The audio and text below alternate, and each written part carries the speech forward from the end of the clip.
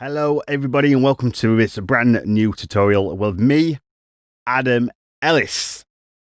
Please do not forget to subscribe and do not forget to hit the bell button. Turn on notifications for more amazing, dare I say amazing, tutorials like this. So this video is all about my new Logic Pro X 10.5 template and how to make Logic more like Ableton Live. Now, when I mean more like Ableton Live, do not get offended if you're an avid Logic user and you hate Ableton Live. But let's be honest, all DAWs have different little things, and some have things, you know, capabilities we wish we had. That's how I feel anyway. So some of the things in Live that I loved that I didn't know were available in Logic. And what I loved about Ableton Live is when you turned a parameter in any synth or processing unit, what would happen is it would automatically show you. And look at that. I've managed to get Logic to do the same. So that is a real time saver. Before, I had to turn on latch mode, and I kind of had to do it like that. And it really pissed me off having to dig through all the menu or again, turn latch mode on, record it. So by being able to do this, it saves so much time. So that's one of the great things about this tutorial. Let's work out how to do that. Okay, so how you actually turn this on is you go to your mix window and you select this little button here, auto select automation parameter in read mode. So that's one of the great features that I've now discovered. One of the other great features for me is in Live, that is being able to play your loops in time with your project, no matter the BPM, and also the samples continue. Now, if you're a Logic user, more than likely you will not use the browser because I find that it's a bit clunky, a bit unstable. And yet, every video I've seen, I always see people using the Finder window instead. Well, if you actually use Untagged Loops, okay, and you put your samples in here, then it will play them in time, no matter the BPM, and it will also continuously play. So useful. And again, I'll show you how to set this up. So let's go to house. Let's go to, you know, any kind of loop. Doesn't really matter really, but let's look for a drum loop.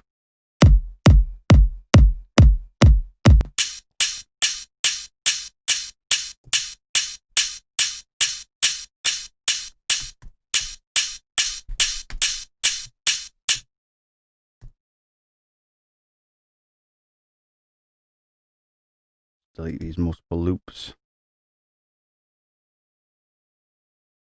So what we're going to do is we're going to change the tempo to one. Let's just do it to like, I don't know, 60. And now play the same loop. And you see that it plays it in time. So when you're auditioning samples over your kick drum, it is absolutely mind-blowing that you can now do this in Logic. Believe it or not, it was one of the main reasons why I actually tried out Ableton Live for a while. I was just sick and tired of not being able to play my samples in the same tempo as my track, and thought, you know, such a powerful DAW in Logic and the new updates, it blew me away. Okay, so to achieve the untagged loops, all you need to do is you need to go to one of your desktops and you right click and go add to untagged loops. Now, I've already done it, so it will not show for me, but it will now show you here an Untagged Loops folder, and in that you can drag and drop or right click anything and add it to your Untagged Loops. The beauty of this is that you don't need to re-add anything to Logic. If you select a file on your desktop, it will automatically appear there. So I have gone to my desktop, I've right clicked samples. By the way, I've gone to the desktop via the browser. I right click samples and add to my Untagged Loops. So now when I start a new project, all I do is I go to my Untagged Loops and I right click it. So at any time that I now start a new project, I open up the Untagged Loop browser. Just a side note, I change the key command. So B now opens up the browser. And then you'll notice it opens up to Apple Loops. So you just need to change it to Untagged Loops. And there you go, you can hide it. So anytime you want to open your browser, it goes straight to the Untagged Loops. So essentially, we've now got a really powerful tool in the fact that we can, you know, play things in time. Ableton users watching this will be laughing their socks off. And rightly so. Really poor form on Logic for not doing this in their main, you know, in their main bin. Now, actually, I don't believe you could use normal files in the Untagged Loop folder until recently. Don't quote me on that, but yeah, I believe that is right. So yeah, that's another great thing So the next thing is the markers. I've put them every 30-second bar.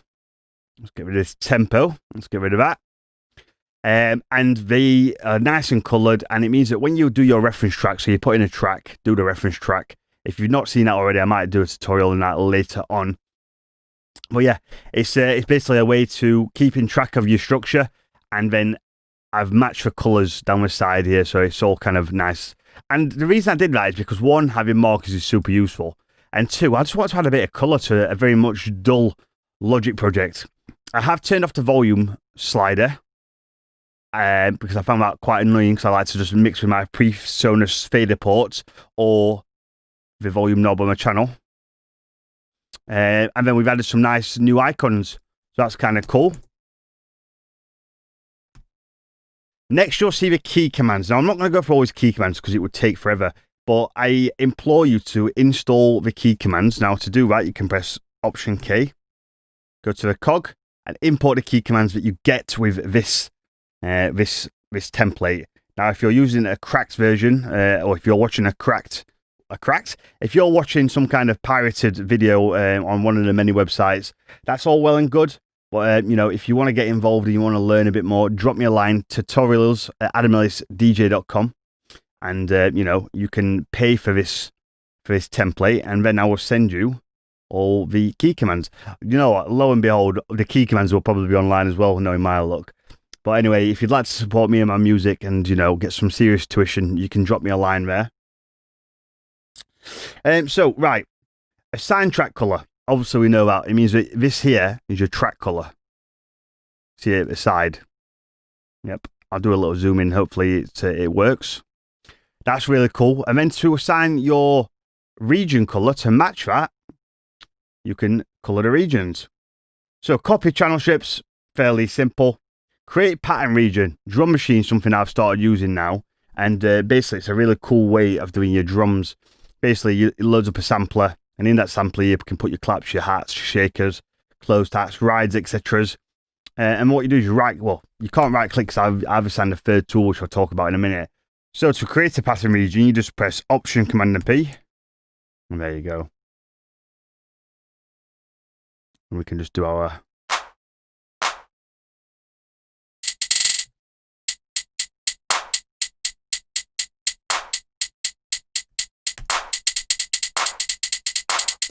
So, and the drum machine's really cool, and I'm going to do a basic tutorial about it soon.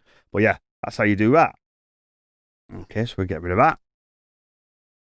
Then we have duplicate. So obviously you could just duplicate something. So if I draw in a region, you press Command and R. Now leading on to that, let me talk about the Marquee Tool. So in this template, you'll see I've got it set up with 3 tools. You've got your left click, is that. And if you press Command, we've got your pencil. That's really useful. So it allows you to just press Command and have your pencil tool. So you don't have to keep switching between the tools.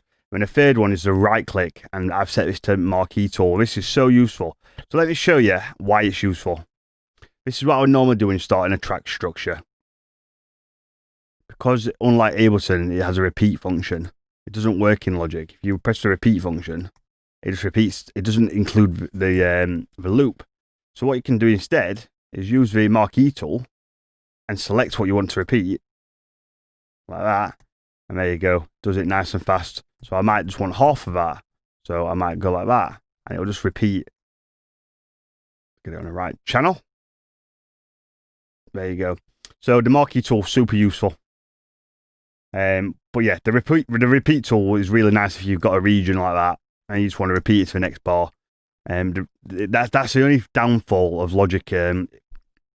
That you can do this in the arrange window with the Marquee Tool. Look, brilliant, but you can't do that in the piano roll. It's very frustrating.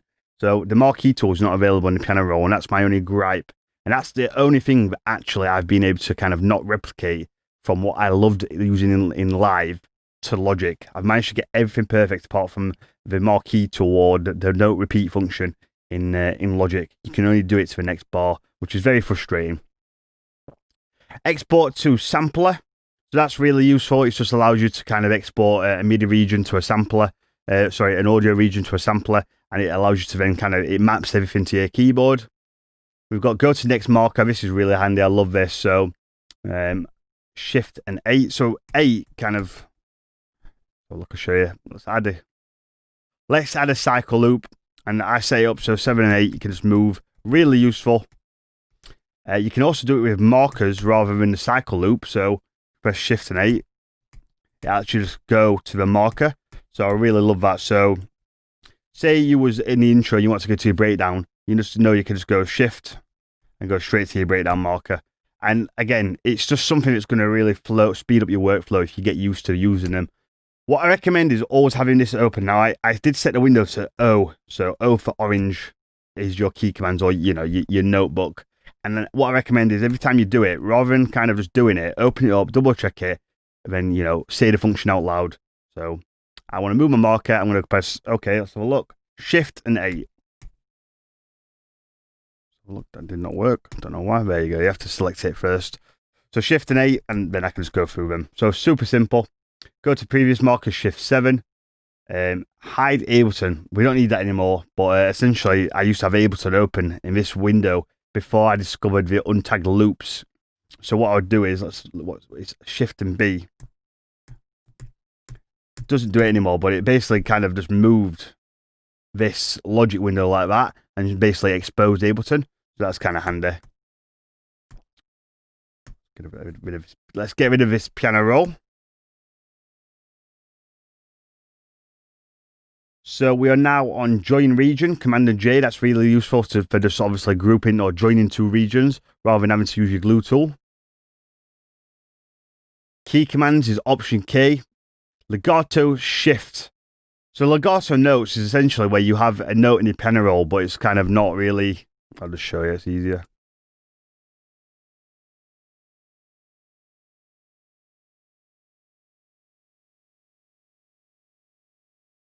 Say you've recorded some notes in, but we're not at the end. This is really useful for people that are lazy with MIDI packs and stuff like that. And what you can do is, let me have just a little look. Shift plus this like kind of /, and there you go.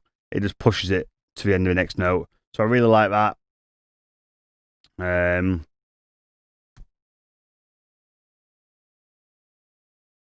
Loop region, Shift and U. So any region you've got, if you just press Shift and U, that's really useful. It will loop that region. So I really like this one. So if you have a cycle loop on, what you can do, if you press Enter, it's going to go to the start. If you press J and press Enter, it goes to the end. So that's really useful if you're working with cycle loops. I love that one. Where are we at? Name regions by track name. That's self-explanatory. Rather than fanning about going to the functions window, if you just highlight what you want to change, press the key command, it will then name that region as per your track name. On and off cycle autolocator. This is really, really useful. Let's see if I can remember the key command. There you go. You can see the cycle here. Now, you will want to get used to the key command because it can be a bit annoying, but essentially when you've got it on, the cycle will just follow. So say you've got a region here and a region there and a region down there, whichever one you click on, this loop will follow it all the time. But sometimes you will want to turn it on and off, so get used to that key command. Open and close selected track. I love this one. So on the track, well, in the arrange window, you've got your tracks here. You press Shift and left and right, it will open up. It'll open up the bus or whatever it's called, the group. The stack is the official word. Really useful if you just kind of want to quickly get in there, see, right, okay, yep, and then shut it down. What else we've got? So you can do the same with all stacks as well. You just press Command Shift.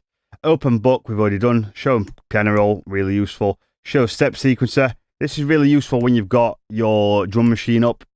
You can just press that button. Smart zoom zooms in, much like Ableton, really nice and useful. So step input, we're not going to use anymore. It just didn't really work for me. Trim notes.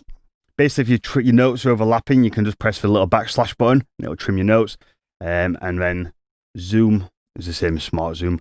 So that's pretty much it. So I hope you like this little rundown of my new tutorial. You can buy this now via my loops. Remember that you do get a 30-minute lesson free. So please make sure that you email me proof of purchase. The description will be in the email below. And yeah, thank you very much. Please, again, do not forget to subscribe. It would mean the world to me to kind of get this channel growing. Turn that bell icon on. Any information, any questions, drop me a line, tutorials@adamellsdj.com. The information is in the description. If you've got any suggestions, and also let's get commenting on these videos. Drop me some comments, you know.